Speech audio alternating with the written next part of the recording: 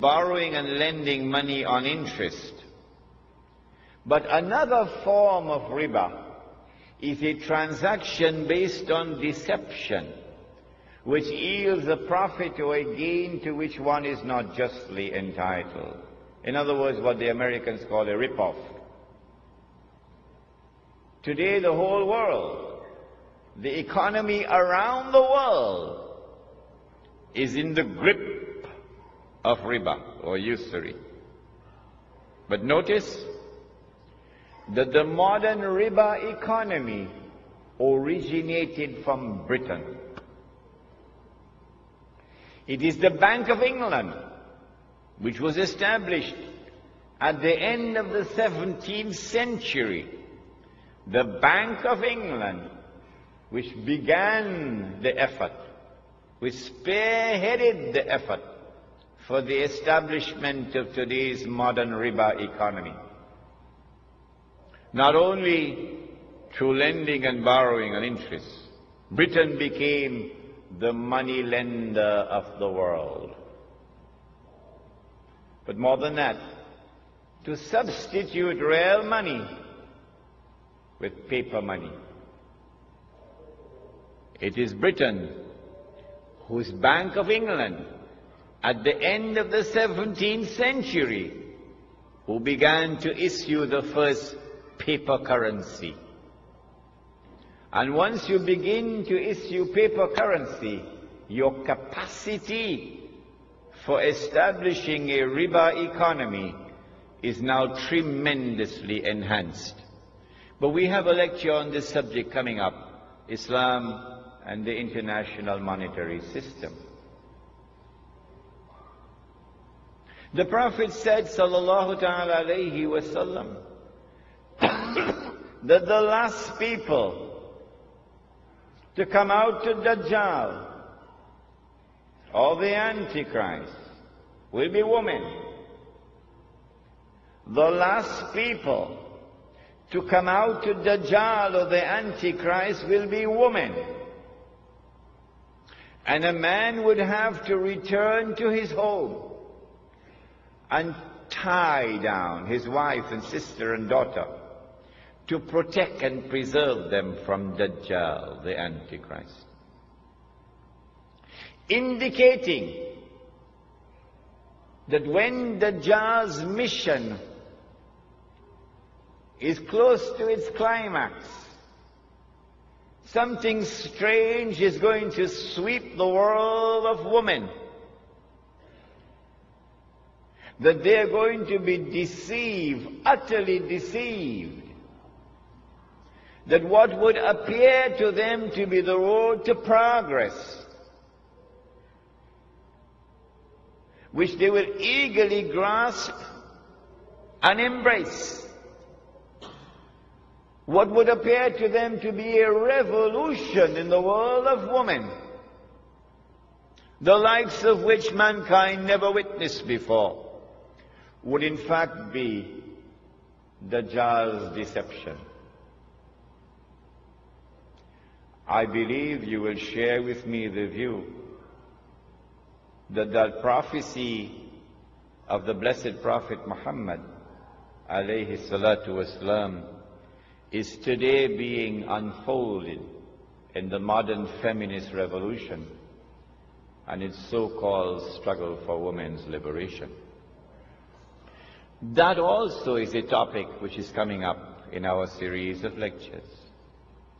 But do you know that Britain, the island of Britain, initiated and led the feminist revolution? I present all of this information to you to argue the case that the island in the hadith of Tamim ad-Dari is the island of Britain.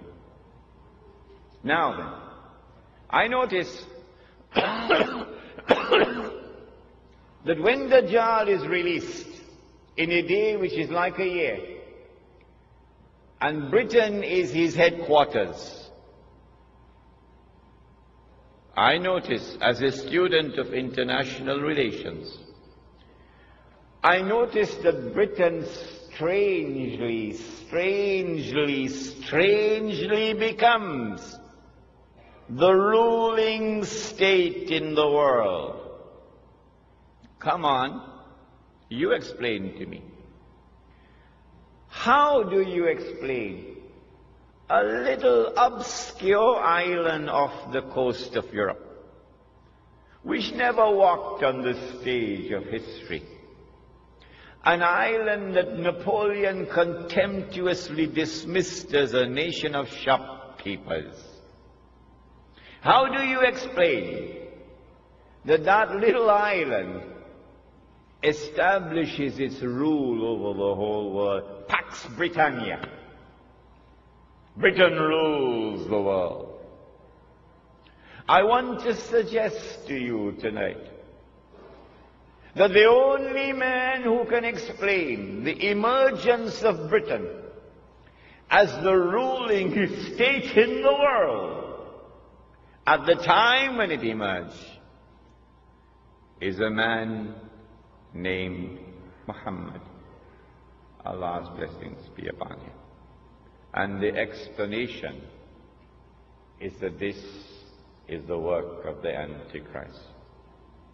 In 1914, if you would go back and do some research, you will find, as yet, air power has not as yet come.